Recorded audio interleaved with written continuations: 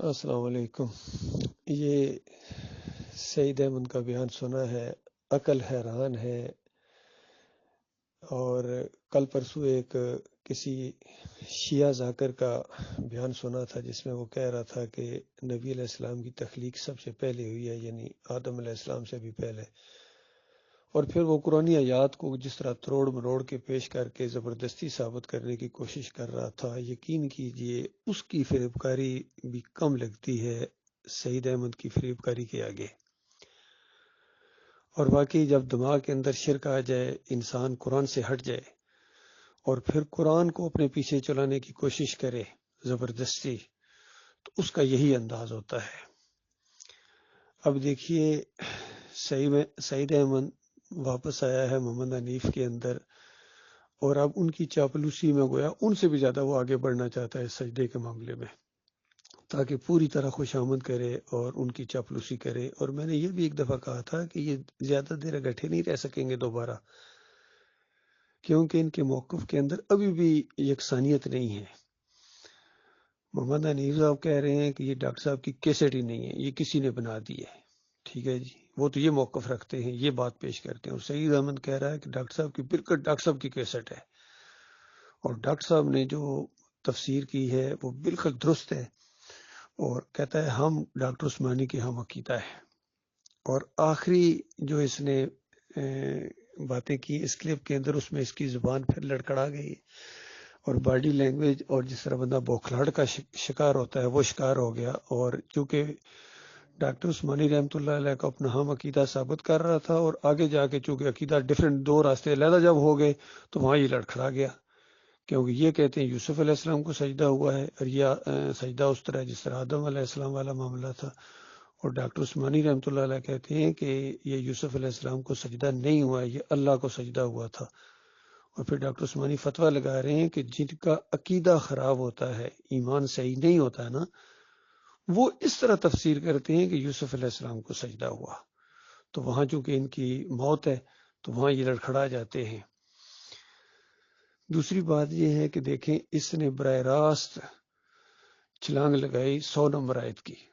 نہ 4 نمبر آیت کا کوئی حوالہ دیا، نہ 6 نمبر آیت کا تو خیر ذکر ہی نہیں کیا اس نے۔ تو اصل میں یہ ان کی مجبوری ہے کہ جو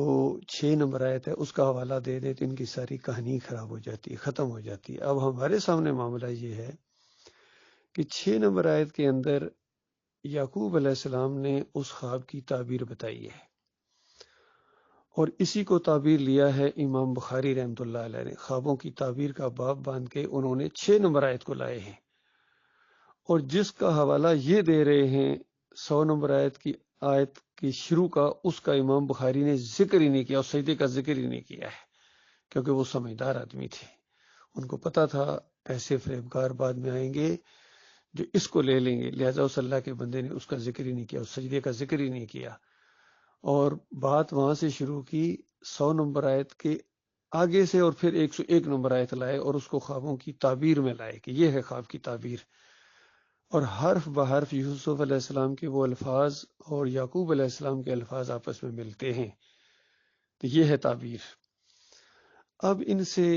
یہ کہنا ہے ہمارا، اور اس سے پہلے ہم سعید احمد کو کہہ چکے ہیں جب یہ ہمارے ساتھ براہ راست بات چیت کر رہا تھا کہ پھر وہی شکل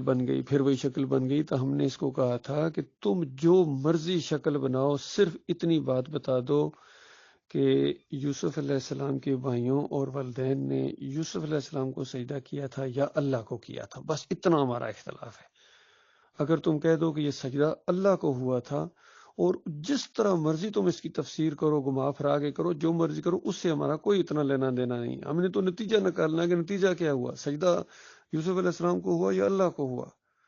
اور اگر تم کہو کہ سجدہ اللہ کو ہوا، اور پھر جو مرضی بیچ میں تشریح میں ادھر ادھر لے کے جاؤ، تو اس کو کہتے ہیں کوئی چلو تشریح کا اختلاف، لیکن بات تو ایک ہی ہے جی۔ اب یہ دیکھیں، اپنے اس باطل استدلال کی جو ہے نا وہ مثال ایک اور دے رہا ہے کہ کلیب بدر کا معاملہ، حالانکہ کلیب بدر کے معاملے میں عبداللہ بن عمر اور عائشہ رضی اللہ تعالیٰ عنہ کے درمیان جو اختلاف ہوا تھا، عقیدہ دونوں کا ایک ہی تھا کہ مردہ نہیں سنتا ہے، ہاں اگر وہاں یہ اختلاف ہوتا کہ دونوں کا آگے موقف تبدیل ہو جاتا، عبداللہ بن عمر کہتے مردے سنتے ہیں اور عائشہ رضی اللہ تعالیٰ عنہ کہتی نہیں سنتے ہیں، تو پھر اس کی مثال دینے میں کچھ جان پڑ جاتی. لیکن وہاں تو یہ چیز نہیں ہے، وہاں تو دونوں کا یہ عقیدہ ہے کہ مردے نہیں سنتے ہیں.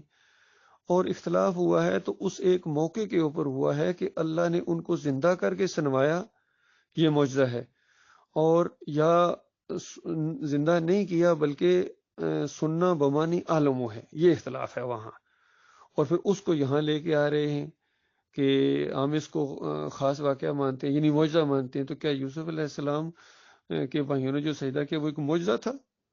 بھائی یہ معجزہ کیسے؟ یہ تو معجزہ نہیں ہے، یہ تو ایک حقیقت ہے جو سامنے آئی ہے. پورے خاندان نے ان نعمتوں اور رحمتوں اور برکتوں کی وجہ سے جو اس خاندان کے اوپر اللہ تعالیٰ نے کی، اس کی وجہ سے شکر گزاری کے طور پر اللہ کے سامنے سجدہ ریز ہو گئے. اور یہ تمام انبیاء کی سنت ہے، تمام انبیاء کی سنت ہے. یہ سورہ مریم 58 نمبر آیت نص ہے اس معاملے میں. اور وہاں تو نام لیا ہے اللہ تعالیٰ نے اسرائیل کا، یعنی سارے نبیوں کا ذکر کیا، اور پھر چند نبیوں کے نام لیے جس میں یعقوب علیہ السلام کا بھی نام ہے کہ یعقوب علیہ السلام اور ان کی ذریت میں جو نبی، ظاہری بات ہے یوسف علیہ السلام، یوسف علیہ السلام کا نام نہیں لیا لیکن وہ ذریت میں جو نبی، بات واضح ہو گئی کہ یہ سارے انبیاء ایسے تھے کہ جب ان کے سامنے اللہ کی آیات پڑھی جاتی تھیں، اللہ کی نشانیاں آتی تھیں، تو یہ دڑام سے سجدے میں گر جاتے تھے اللہ کے سامنے شکر گزاری کے طور پر روتے ہوئے. تو اسی سنت کے تحت یہ دو نبیوں نے سجدہ کیا ہے، یوسف علیہ السلام نے اور یعقوب علیہ السلام نے. اور وہ بات یہ بیچ میں کھا گیا ہے، کیونکہ اگر وہ بات کہہ دیتا کہ ڈاکٹر عثمانی تو یہ بھی کہہ رہے ہیں کہ یوسف علیہ السلام نے سجدہ کیا، وہ یہ بات نہیں کہیں گے کیونکہ وہاں یوسف علیہ السلام نے سجدہ کیا اور پیچھے والدین بیٹھے انہوں نے بھی سجدہ کیا، پھر سامنے بھائی انہوں نے بھی سجدہ کیا. تو ڈاکٹر عثمانی تو یہ بھی کہہ رہے ہیں. تو یہ باتوں کے ان کے خلاف جاتی ہے. اگر یوسف علیہ السلام کو سجدے میں گرا دیں تو ان کی کہانی ختم ہو جائے، اور ڈاکٹر صاحب کا وہ فتویٰ اگر سامنے لے آئیں تو پھر ان کی کہانی ختم ہو جائے. تو یہ ان کی فریب کاری کی انتہا ہے، یقین کیجئے. اور بہت بڑی یہ ایک علمی خیانت ہے اور قرآن کا مذاق ہے، اور قرآن کو بدلنے کی ایک زبردست ان کی کوشش ہے جو کبھی یہ کامیاب نہیں ہو پائیں گے. اسی وجہ سے اس ایک چیز کو بدلنے کے لیے محمد حنیف کو کتنی چیزیں اور بدلنی پڑی ہیں جو ابھی وہ شاید اس کا سعید احمد کا عقیدہ نہیں بنا ہے. چونکہ محمد حنیف صاحب تو یہ بھی کہہ رہے ہیں کہ اللہ تعالیٰ نے اپنی ایک صفت عیسیٰ علیہ السلام کو دے دی معجزانہ طور پر، اور اس پر سعید احمد فتویٰ لگا چکا ہے کہ محمد حنیف کا یہ جو عقیدہ ہے یہ باطل، اللہ اپنی صفت نہیں دیتا ہے. لیکن اب چونکہ اکٹھے ہو گئے ہیں، اب آپس میں ایک دوسرے کے اوپر پردے ڈالیں گے. اور پھر سعید کا مجھے نہیں پتا کہ کیا عقیدہ ہے اس معاملے میں، کہ محمد حنیف تو کہتے ہیں کہ انسان انسان کو سجدہ کر سکتے ہیں. بھائی تو یہاں بھی ان کا آپس میں اختلاف ہے یا ایکا کر لیا ہے انہوں نے. ظاہری بات ہے جب ایک شرک پر ایکا ہو جاتا ہے پھر سب شرکوں پر ایکا ہو جاتا ہے. تو یہ ان کا معاملہ ہے. بھائی ان کا جو بھی بیان سامنے آتا ہے یقین کریں ہمارے ایمان میں اضافہ ہوتا ہے، اور ہمیں اور یقین آتا ہے کہ واقعہ ہی ان کے اوپر شیطان کا وار ہوا ہے، اور واقعہ ہی اب یہ زندہ طاغوت ہیں. یہ دو زندہ طاغوت اب اکٹھے ہو گئے ہیں، ایک محمد حنیف ہے اور ایک سعید احمد ہے. اب یہ اپنے شرک پر اور پکے ہوتے چلے جا رہے ہیں. اب ان کو جو مشرک نہیں سمجھتا ہے یا ان کو جو اپنا امیر مانتا ہے ان کے اوپر اللہ کی کتاب کا فتویٰ ہے والذین کفروا اولیاءہم الطاغوت، کہ صرف کافر ہی ان طاغوتوں کو اپنا امیر بنا سکتا ہے. کوئی مومن ان کو اپنا امیر کا امام کیا، مومن تو ان کو مقتدی بننے کے لائق نہیں مانیں گے. اور واقعی یہ اب مقتدی بننے کے لائق نیچے جائے کہ امیر تنظیم ہو یا امیر محترم ان کو کہا جائے یا ان کو عالم دین کہا جائے. ان جیسے علماء کی مثال سورہ اعراف کے اندر آئی ہے اور سورہ جمعہ کے اندر آئی ہے. یہ خود پڑھ لیں، ان کو پتہ ہے کون کون سی آیتیں ہیں. اور دوسرے جو ہمارے بھائی ہیں جانتے ہیں قرآن کی یہ جو 2 آیات ہیں یہ ایسے لوگوں کے بارے میں ہیں کہ جن کو اللہ نے اپنی آیات کا علم دیا تھا لیکن وہ دنیا کی طرف جھک پڑے. انہوں نے انتظار نہیں کیا آخرت کا، حالانکہ اللہ نے بڑے درجات ان کے تیار کر کے رکھے ہوئے تھے. اگر یہ ایمان کے اوپر قائم رہتے، یعنی اسی ایمان عقیدے کے اوپر جو توحید کا عقیدہ ہے. جو اچھا سعید احمد یہ بھی ساتھ کہہ رہا ہے کیونکہ پرانا موقف نکل آیا. جب تم پرانا موقف کہہ رہے ہو تو پھر اس طرح تو تائید کیوں کر رہے ہو اس انداز سے؟ یہ اصل میں ڈبل مائنڈڈ جب ہو جاتا ہے انسان، دوگلا دو رخا ہو جاتا ہے، تب یہ انداز اختیار کرتا ہے. تو ہم تو یہ کہتے ہیں ڈاکٹر صاحب کے آخری دن کا بھی یہی عقیدہ تھا، آخری دن رفاعم میں پروگرام ہوا تھا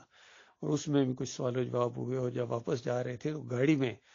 یہ ارشد ظفر صاحب کی گواہی ہے کہ گاڑی میں ہم جا رہے تھے واپس، جب پروگرام کر کے رات کے